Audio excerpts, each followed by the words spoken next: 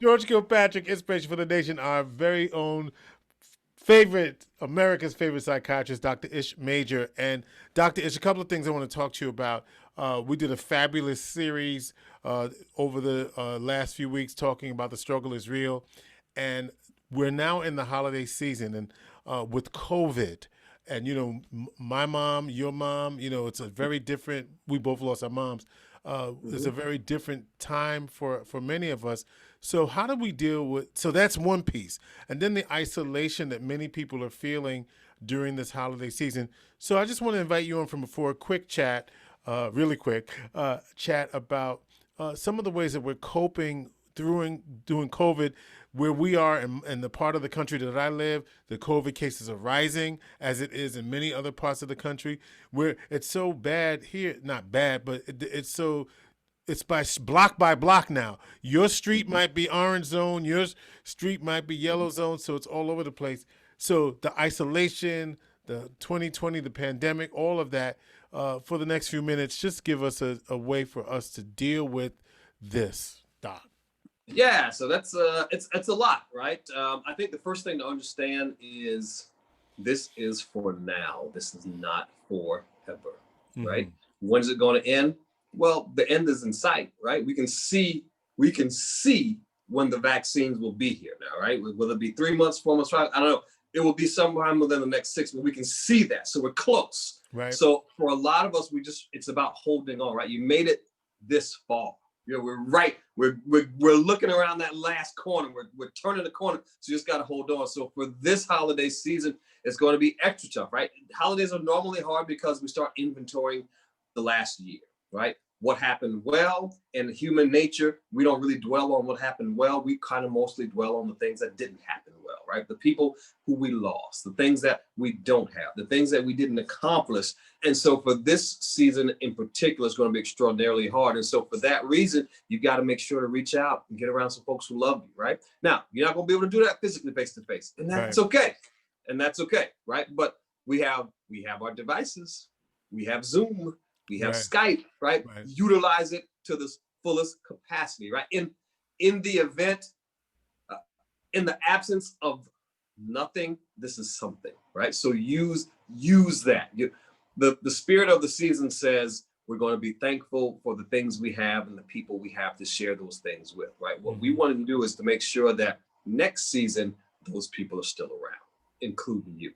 And so that means you got to make decisions today that are not only going to affect your health, but the long-term health of folks around you. And we're helping ensure that. Thanksgiving is a day. Christmas is a day. Pick a day in March. Pick a day in April. Do it then, right? Right. Like, in other words, right. Because we're so caught up in these days that we can't. But just like people have had to postpone weddings and all sorts of gatherings and travel plans, create a date when we know it's going to be free and say that's going to be our Thanksgiving day. Let's get through cold and flu and COVID season and then pick a day, right? Once some of the first line workers and some of the most critically affected have had a chance to get a vaccine, then you pick that day. You know what I mean? You ever had to work on your birthday, George, and you couldn't, right? You couldn't go out the night before and celebrate how you wanted to because you had to show up that day up, right? All these things. Yeah. Right? Same situation. It's okay. Listen, I got to work on Thanksgiving, so it's not going to be like usual, but we're going to get through. So think of it that way, right? It's a day in your life. Don't let the emotionality of that day inform your life for the next 6 months, 1 year, or even more so than that. Help people like myself who are missing loved ones this first time. Like, this is going to be my first, Christmas. I got a birthday in December. Her birthday, my mom's birthday is like the 15th of December. And then, of course, you got Christmas. And, we didn't have her for Thanksgiving. And there's some rituals around that. Funny story. I got quick. We got about a minute or less. So it's on me. I'm going to use my minute and then give you a minute. But my mom's a fan of the numbers. I'm going to let y'all know that, for real.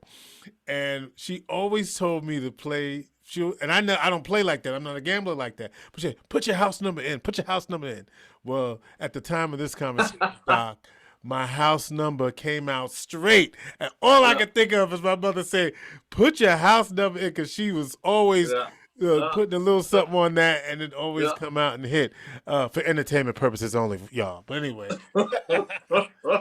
but for those of us who are missing loved ones this holiday season, give us a little bit of comfort.